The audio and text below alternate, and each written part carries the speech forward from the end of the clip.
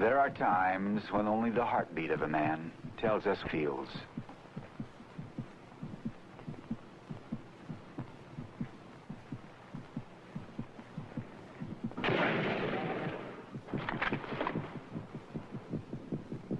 This is Rebel 6, request dust off. Dust off, over. This is Rebel 6, request dust off. Request dust off. More than 6,000 times last month, this call was heard and answered across the jungles, mountains, and rice paddies of Vietnam. Dust off 3-1.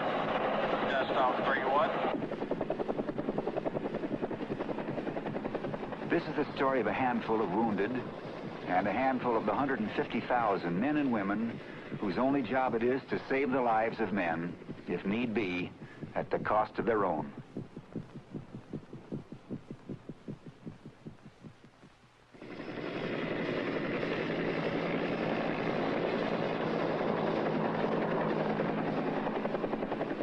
Central Vietnam, and a province believed vital for the security of Saigon.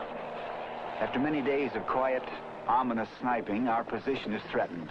A patrol has been ambushed and is tied down. This is a war fought on the ground by troops brought in and out by helicopter, for we control only the land we stand upon. The front, as it has been understood in other wars, is where you are facing at the moment.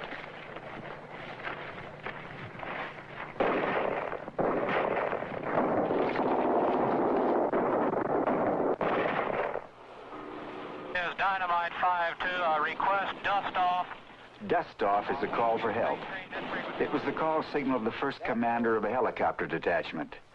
Since he was killed in action, it has become the universal cry for an air ambulance. 3 litters. The type of injury is urgent, shrapnel wounds. They will identify with smoke. The area is insecure. Okay, Poot, bring the map out with you. Yankee uniform. Okay, right here. 144 073. Right here. Okay. These are men of the 283rd Air Medical Detachment. And, as is the practice when an engagement is mounted, they are in the field as close to the action as possible. Marcelino Burgos, Specialist 5, Brooklyn, New York. Chief Warrant Officer T.C. Gibson, Jr., Philadelphia, Mississippi. Specialist 5, William Nelson, Colorado Springs, Colorado. Captain Bill Colbert, Knoxville, Tennessee. This is mission number 404.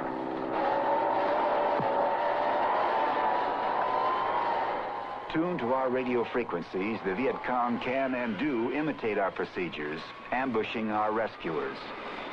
It isn't until the helicopter is within rifle range that its crew can be certain who awaits them. And they are further disarmed.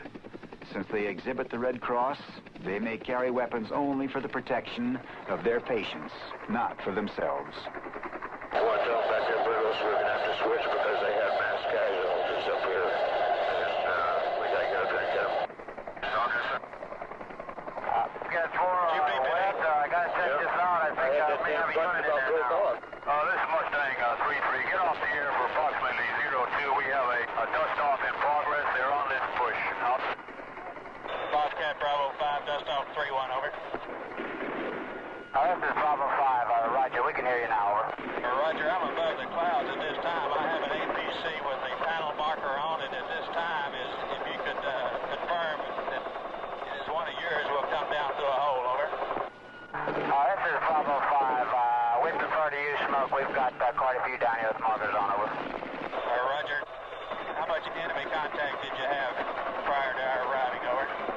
We've had sporadic contact all morning, over. Roger.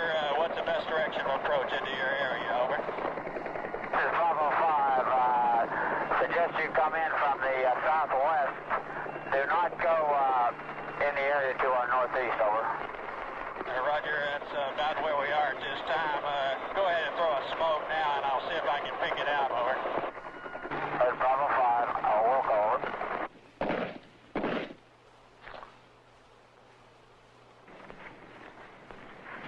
This is Bravo 5. Have you located our smoke, over? is 3-1 negative. Bravo 5, dust off 3-1. We're coming down through a hole, so if you could keep smoke in the area until we locate it, we'd appreciate it. Over. Roger, we have purple smoke. Is that affirmative? This is Bravo 5. That's affirmative. Over. Roger. Keep smoke in the LZ at all times. We'll be approaching low level. Over. This is Bravo 5. Roger. We've got you located. Go ahead and come in from the southwest now. Over.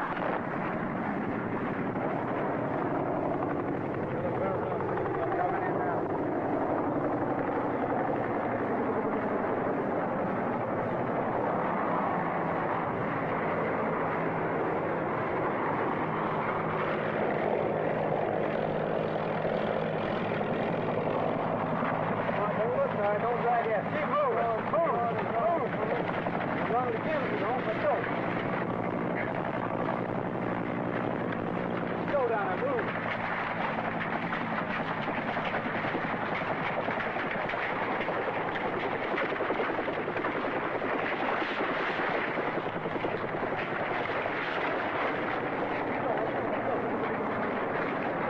Okay, get close to him. Your head down.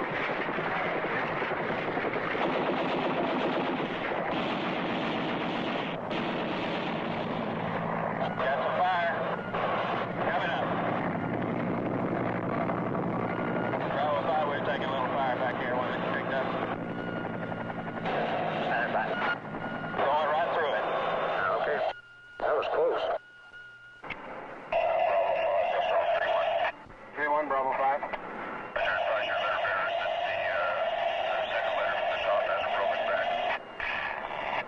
This is Bravo 5. I understand. Second letter from top, broken back.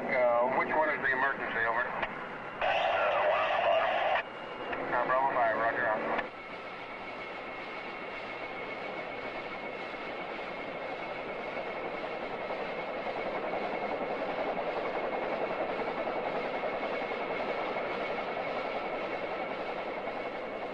The young mother's daughter was shot while quietly riding a bicycle with her father on a public lane in a little village in the warm sun of a beautiful day. She will be dead in an hour.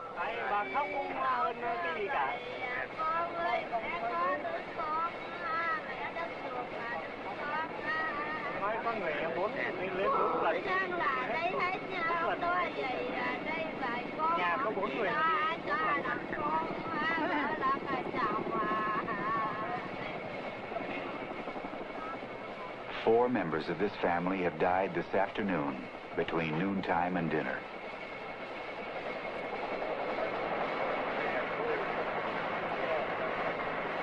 Captain Lloyd J. Eason, ROTC, who was a pharmacist and was, before he became an executive officer, the manager of a Fairway drugstore in Woodburn, Oregon. And the work here is different.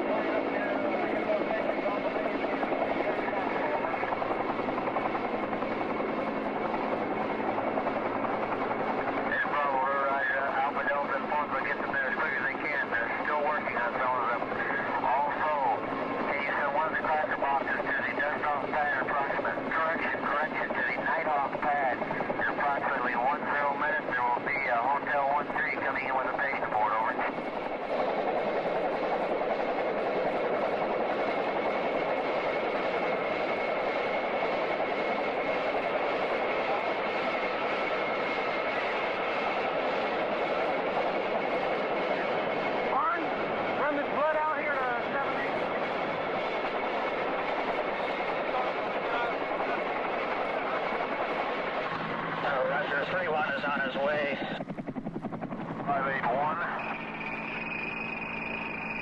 055.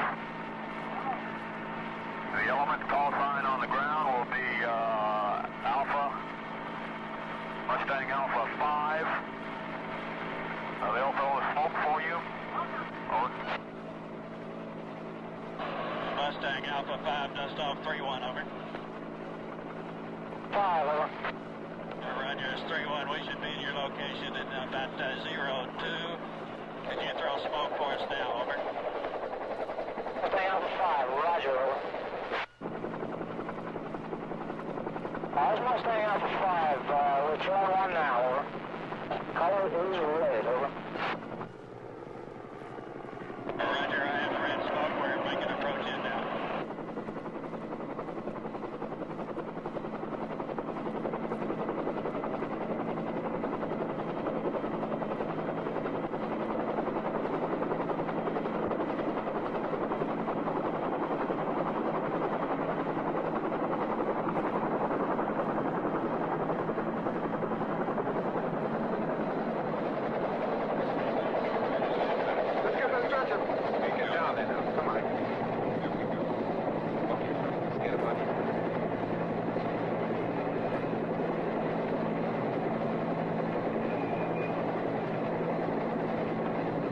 Come on, let's go now. Easy, easy.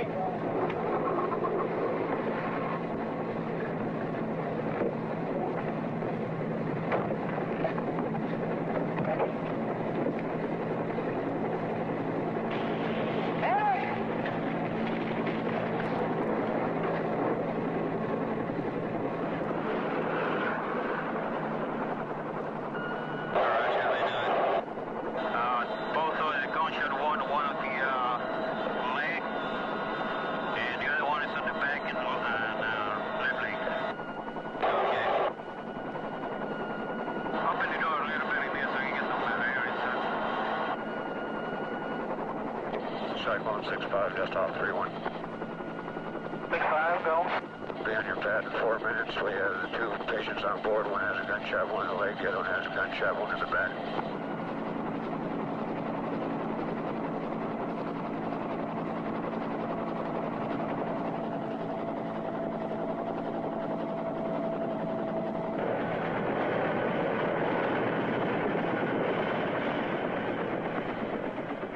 Dennis Aldrich, while performing his daily chores as a foot soldier, stepped upon a claymore mine.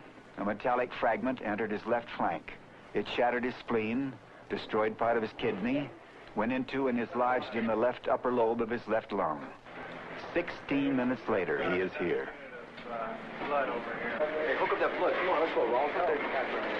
Come on, people. Come on.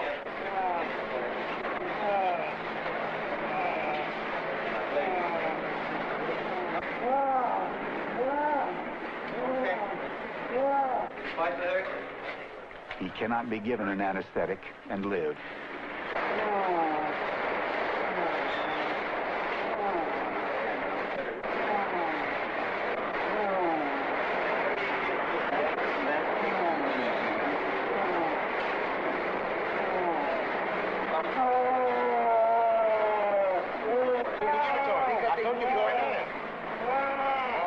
Probably getting right in there. Somebody got that big needle on that transformer?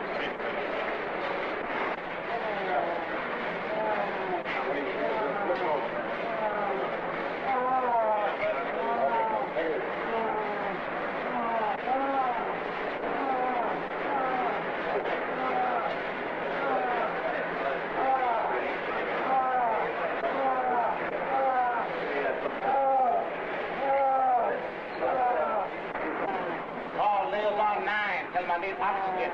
You don't care how you do it. Get in there. 18 gauge needle.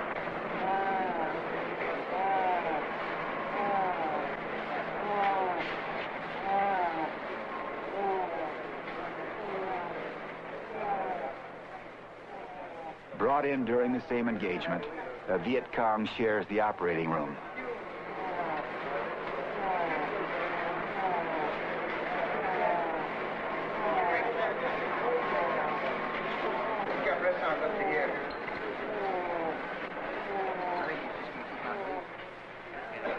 prognosis for both these young men is questionable. We try one more time on the down. Hold him again a little bit. How many curl it? See if they can bring back and curl it. How many blanket? Let's go. Come on, people. Clear the line. Clear. For some, the prognosis is no longer in question. Piteously, there are those who fall, and we cannot make them rise. Dennis Aldrich's wounds are stabilized so he can continue his journey. For those who live, this is stage one of several stages in the concept that if a man is hit in this unwelcomed war, it is as if he were hit on the front steps of a hospital. A hospital. Doctors, nurses, medication, all stretching in a continuous comforting bandage, 9,000 miles to his own bed. For Dustoff 31, mission 404 is done. 405, 406, 407, 609, 1,098 are all ahead of them for as many numbers as men can count, for as long as they are needed.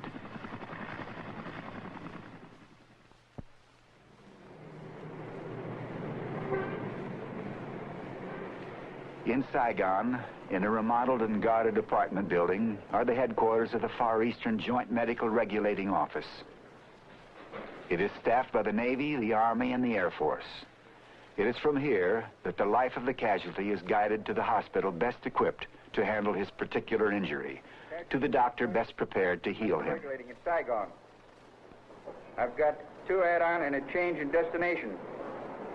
Aldrich, that's A-L-D-R-I-C-H. Initials, Dennis D-H. Dennis H, that's right. Wound, left back. From the heart of the injured, through the fingers of the teletype, the world knows a soldier has been struck down. His rank, his condition, his needs are noted. And over the globe, hospitals are alerted. Aircraft are sent to bring them together. The center of this protective network is the briefing room at the Scott Air Force Base in Illinois. Under the command of General Howell M. Estes, Jr., directives go to 100 air bases in 40 countries from these daily sessions. Good morning. Good morning, sir. There are 33 C-141 missions moving, which include 19 channel traffic, 8 special missions, 4 aerovac, and 2 embassy flights. There is the aerovac on time en route to McGuire, a special mission en route to Bedford, Massachusetts. The Clark to Travis aerovac has been extended to Kelly to airlift an urgent burn patient to the Brooke Army Hospital Burn Center. There are also 32... Stand by. Surgeon, how about this urgent case en route to Kelly? Is this a serious, very serious condition? The prognosis looks quite good. He has about 35% burn of the lower extremities and part of his abdomen. Mm-hmm. Do we have any special medical attendants aboard? Yes, sir. We have a flight surgeon aboard to attend him. Good. All right. There are also 32 litter patients and 26 ambulatory on board, destined for hospitals in the southwestern United States. An aerovac inbound to Washington. The Clark aerovac on schedule en route to Hickam. The Saigon aerovac, now en route to Washington, is carrying 12 litter and 22 ambulatory patients. And the mission en route to Hickam has 16 litter and 24 ambulatory patients. Stand by 1. Surgeon, since we started that direct run from Saigon up over the northern route into Andrews, have we had any particular expressions from the patients as to whether any of those legs are too long for them? Is their medical condition being affected by the longer legs on that run? No, sir, their condition is not affected, and they're overjoyed to get to their destination rapidly. Fine. Okay. All route wind factors in both the Atlantic and Pacific are near normal today. A scattered thunderstorm activity also throughout the Philippines, with rain showers at most of the island stations. Visibilities will be restricted to 1/2 mile in fog at Taipei. Visibilities will also be restricted to a 1/2 mile in fog in the Yokota-Tachikawa area between 1800 and 2200 Zulu today. Weather, can you expect any Abnormal degree of turbulence for that flight? Negative, sir. All our reports indicate only light turbulence along that route. The turbulence that concerns General Estes is often encountered by aircraft leaving Tan Son Nhut, Saigon's airport, and it is the comfort and well-being of patients like Dennis Aldrich that the General and his staff wish to assure. In the weeks since we have seen Specialist 4 Aldrich, he has been to several hospitals. The 3rd Surgical Hospital, the 97th Evacuation, and finally he has just left the 377th. All this for surgery to repair the considerable damage he had sustained. Yet there is more to be done. And in the policy of taking the patient to the doctor rather than the other way around, Dennis is arriving in the Clark Air Base Hospital in the Philippine Islands.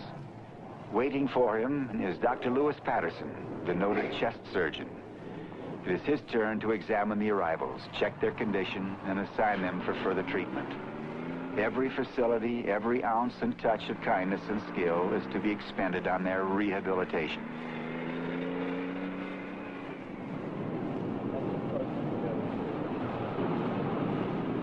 There is barely a moment when they are permitted to forget this. What's your name? What's that?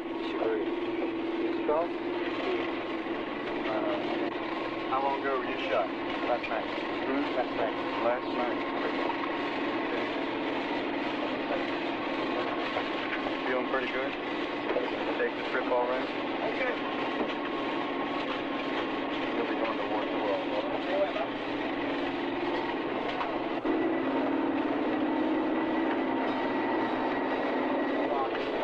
How you doing, young man? What's your name?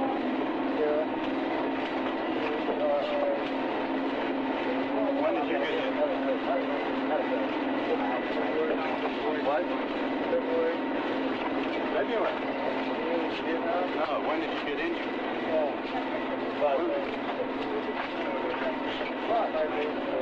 5 days ago. They took your leg off right away? Took your leg off yesterday. Where was the artery in? Was the artery this leg or the other leg? Your right leg didn't work. You wiggle your toes in your left foot? Let's see you do it. Get that sheet off the bottom. No, the toes. That's the whole leg. Move the toes. Come out here. Come out. Get you in one place. Your chest is all right. I'll get the back one now. The chest's all up, or there's something on here? There's one on here.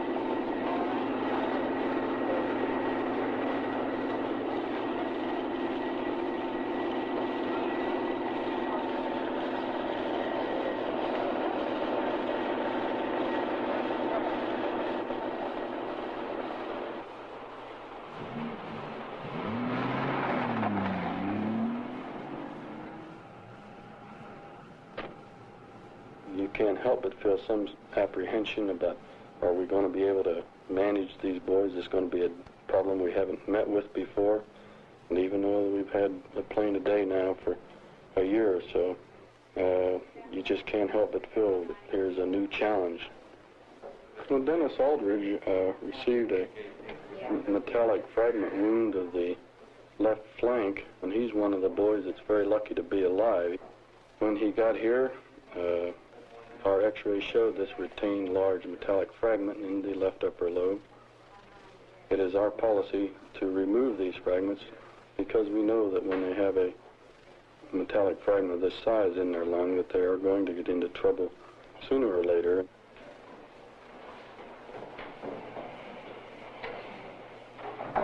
The injuries in this war are different than previous wars from one aspect, and that is the velocity of the missiles. The M14 rifle, for example, is much faster than the missiles of the previous wars. And this imparts an awful lot of energy as it passes through the body, killing tissues at quite some distance from the actual path of the missile. Yeah.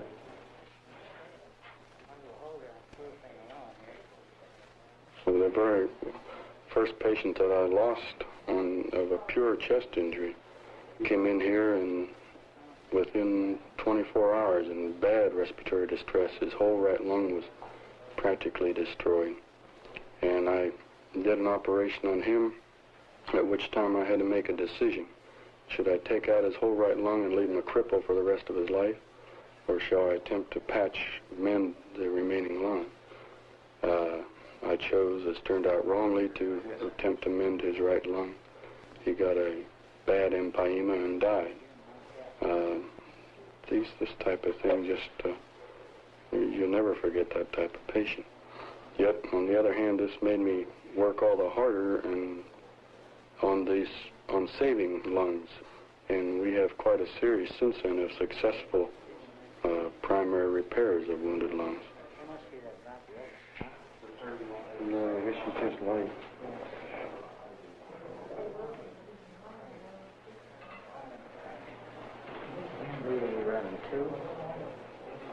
When you really stand back and have time to stop and think, it's just such a tremendous waste of human lives and human limbs, and so much suffering involved. My only hope is that it's worth it all.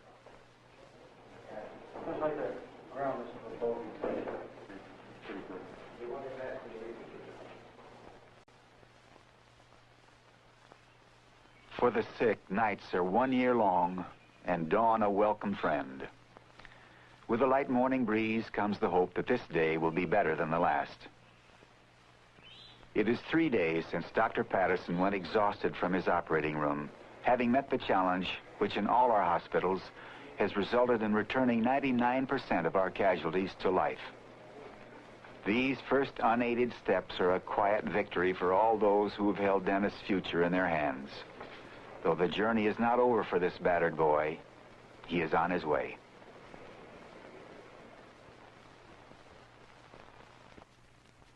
It was two Air Force nurses, Captain Dorothy Brooks and Marge Selger, specially trained to man an air hospital. It was a little later before they got home and to sleep. It's now not yet 6 a.m. Their days are not measured in hours, for they are a special variety of caretaker and are on constant call. Today's evacuation from Clark through Japan to the United States is to be theirs. 25 patients, including Dennis Aldrich, are to be prepared by the hospital nurses, the flight captains, and the doctors for stage 3 on the journey to recovery. Good morning, Dennis. How are you this morning? Hi. Feel like going home yet? I'm ready anytime. How's that arm doing? That's pretty good. See you move that shoulder. Ready to go about 10 rounds? I don't know about 10 rounds. 5. Maybe 5, huh? But don't be too good. We're allowed to send you back over there. No. Oh, I don't think I'd feel very good. You don't think you'd like that? No. Had enough of the VCs? Well, for a little while, anyhow. Raymond Hagel, upon whom a bunker fell, and who is now a paraplegic. Good morning. How are you? Fine, ma'am. Fine. I'm Captain Brooks. I'm one of the flight nurses that's getting today's flight ready that you're going home on. Just came by to say hi, see if you have any questions or problems, and tell you a little bit about your trip. Do you have any questions offhand? No, ma'am. I'm ready to go. Okay, fine. How long have you been on this frame? A little over 2 weeks. Okay, so then you are used to being on it and being turned on it. Yes. Are you able to move your arms at all so that you can feed yourself? Yes. Okay. Do you usually eat on your back, or do you prefer on your stomach? On your back, okay. We will be transporting you on this frame, and we will be turning you in flight on this. Is there any particular position that you're more comfortable in? I like to put on the back and the stomach. Okay. Fine, then we can turn you, say leave you on your back for a couple of hours and then turn you onto your stomach for an hour just to get you off your back for a short while. Where's your home? Philadelphia. So is mine. I'm right outside of Philadelphia. You have to say hello to Philadelphia for me. Okay. All right? I'd like to know what sort of bandages you have. I see a wire sticking out there. Yes, the whole thing is wired together. Can you move your fingers? This one doesn't want to move. You do quite well. Are you able to use that hand for cutting things or opening things? No, I cannot. Or can you eat with your left hand? Yes, I can eat with it. It's kind of clumsy, but I can eat with it. We'll be glad to help you. No, I'd rather do it myself. We use a C-141A. I don't know if you're familiar with that. No, I believe it's the same kind of plane. Flew to Vietnam. Yeah, you probably did. They are using it to fly troops and cargo. Well, you know that it's just a big cargo airplane. Big box. Right, yeah. It's certainly not plush at all. Anything to get me home, that's all. Where's your home, guys, in the States? It's Wisconsin, I think. Cold part of the country. Oh, just part of that. It's good weather. 4 seasons. Good what? 4 seasons. 4 seasons. You like 4 seasons? Yeah. You're anxious to get back. Oh, I'm in a real hurry, dude. There's someone back there waiting for you? No, just my family.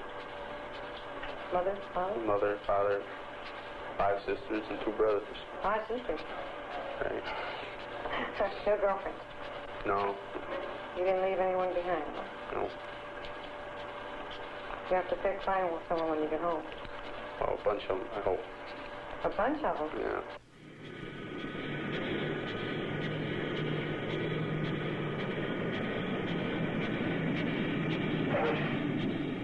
A boy said when he first saw this ship coming to take him home, it is as if God came out of the sky. The craft is the C-141, and statistics aren't needed to tell us its size. The bookkeepers can tell us it is expensive. The pilots can boast of its cruising speed. But to the boys who have been on it, for all its magnificence and strength, it is a box. It is a wing. It is the way home.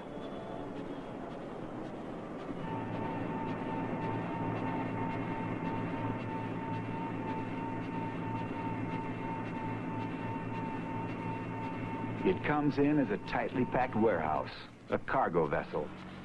In an hour and a half, it can be unrecognizable. Its function, its character, even the way it will be flown will be radically altered.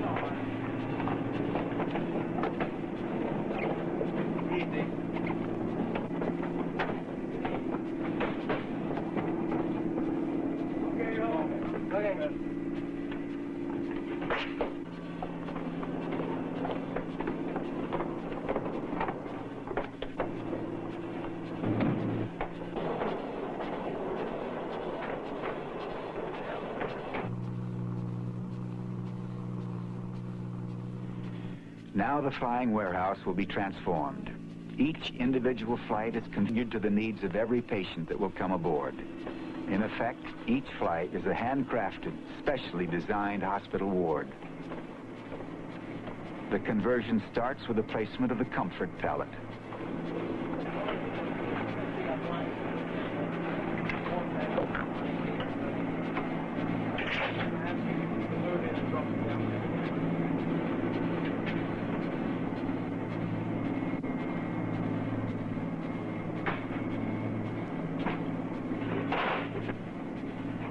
This poem to modern technology makes provision for all eventualities.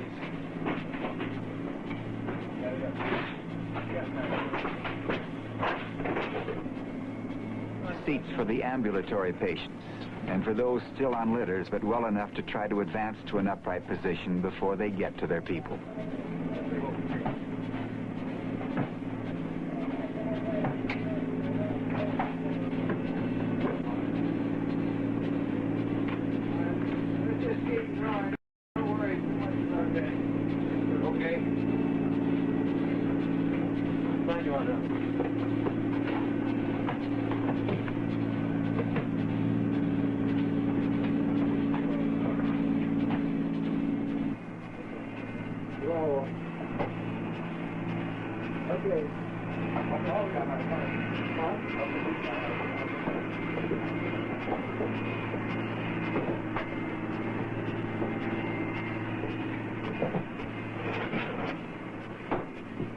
Oxygen inches from everyone. Individual medication a small reach away for instant administration.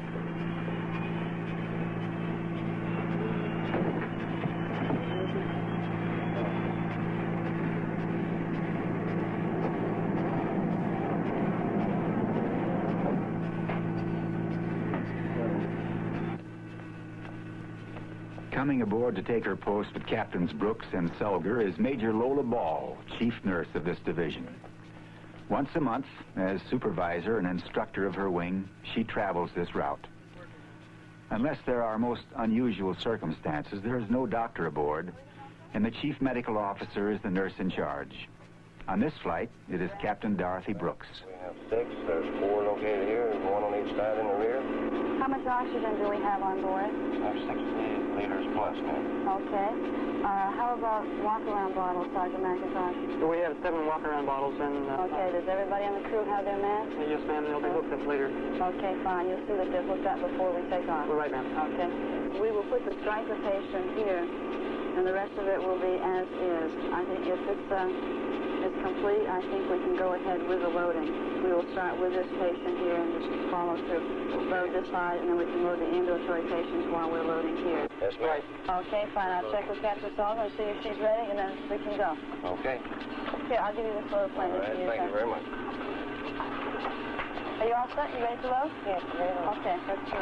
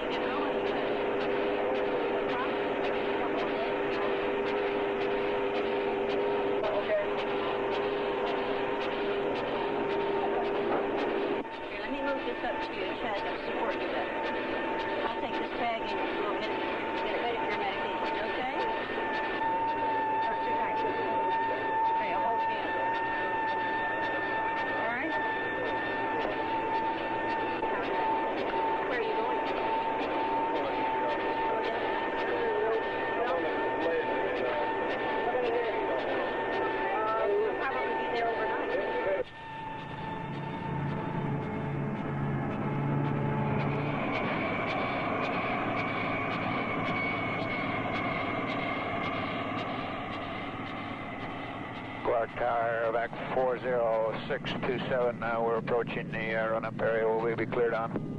Back 40627. Cleared for takeoff. Roger, 627. Its pilots are trained around the slogan, patients aren't cargo, patients aren't passengers, patients are patients. This requires a gentle skill rarely achieved by average men. When you see a plane filled with young men who have been severely, traumatically, and suddenly injured by the effects of war. Probably most of them are just from home for 6 months, a year, the first time away from home. The basic feeling really is that I'm not there. I could be, but for the grace of God.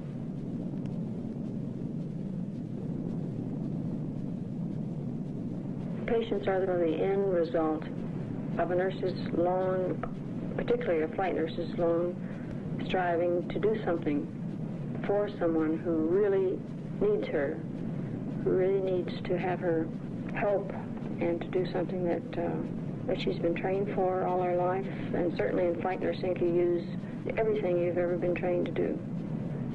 Very often you use all of this in one flight.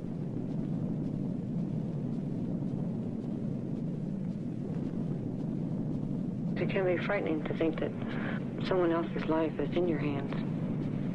But through training, plus the fact that there's no one else around, and all that you can do is to hope that you make the right decisions.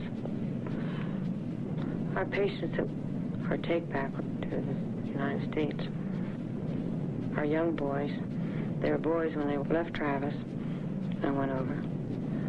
But you wouldn't dare call them a boy on the way back. I think they use us as mirrors to see how we react to them. They can see how they look in a mirror themselves, but we would be their mirror to them on a plane, how we would react to them. And if we would react violently, this is how they would get to conception, and how they themselves look to themselves. It bothers you that these fellows are young. I don't know whether it makes any sense or not as to why they're injured. I don't think about it. I don't understand it. You can't stop and think about this. The problem is to see what you can do with them from here on in. How do you help rehabilitate them? Most of them think about what they are going to do when they get home. A lot of them think about how long it will take them to recuperate and be returned to duty. Some patients reveal their anxieties by being extremely quiet. I think some of these fellows are afraid to voice some of their anxieties because it would be maybe unmanly to do so. And you have a communication that you don't have to put into words, that just the patient and you just feel. The closeness that a flight nurse and a patient has, perhaps, is that they're sharing a common experience. They're both alone. They're both away from home. They are supporting each other in that the patient is looking for the nurse to help them, and I think the nurse, in a great sense, is looking to the patient to give her the sense of responsibility that she has. When I first went to Vietnam, I was a little trying to actually visualize what it was going to be like. I didn't really know. In a way, I was sort of glad to go over there. Then, yeah, I was a little scared, too.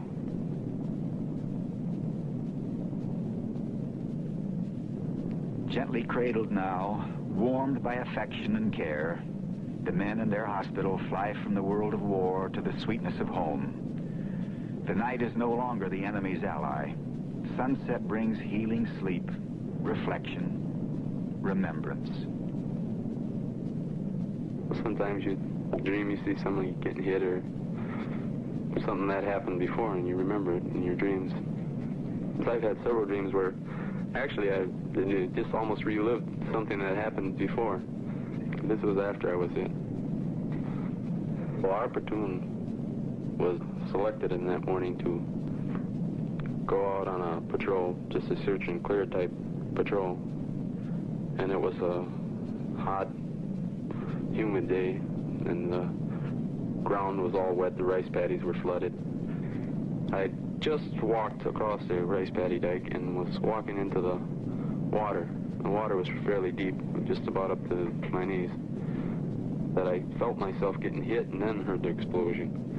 And then I was thrown to the ground during the explosion. I heard people yelling for the medic. some of the other guys ran over and pulled me up out of the water and got me back to the dike where it was dry. The medic was there by that time bandaging me up, and there was somebody yelling that you'd need a helicopter to get me out of there. Got 3 children. Got 2 boys, Kenneth and Brian, 7 and 8, and a little girl, Sheba. Last time I saw him was a year ago December. Well, it shouldn't be too long. We're in the hospital close to home, so it shouldn't be too long. Wonder how he's going to make a living. If you ever get off of the stretcher, how long it's going to take. Things like that. And I've been thinking, haven't come with any answers yet. The main thing is to try to get off this frame here. Get him halfway back in shape. What do you think about a lot of things? What you've done in your life, what you could have do. Think about home. About everything, I guess. Try to pass the time. It's impossible not to become attached to any patient, whether you're with him for 5 minutes or many days. Nursing, I think, has compassion that most people do not understand. Nursing is a way of life. It's, as a soldier would be a soldier, nursing is a way of life for nurses. Leaving nursing or getting out of nursing could be compared with suddenly missing or not having a limb. It would be like taking part of you away. On glide path. Heading 353. On course, on glide path. Over approach sights. Heading 353. On course, on glide path. Over end of runway. Thank you very much, DCS. Very good run. 27, roger. Continue taxiing straight ahead. Turn left at the next blue lighted intersection. Follow me. We'll assist in parking. Do you remember them? You don't always remember every face and every name, but you do remember specific ones. You remember conversations, looks. Leaving a patient or having him leave you is sort of like leaving part of your family.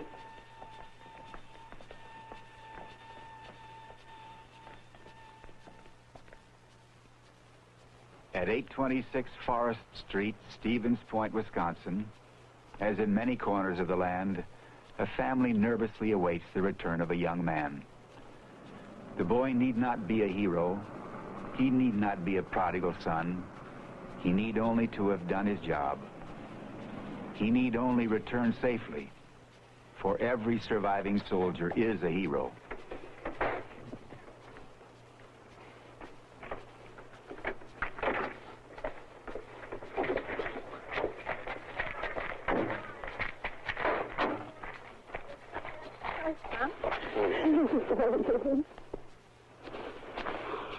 I get the plug.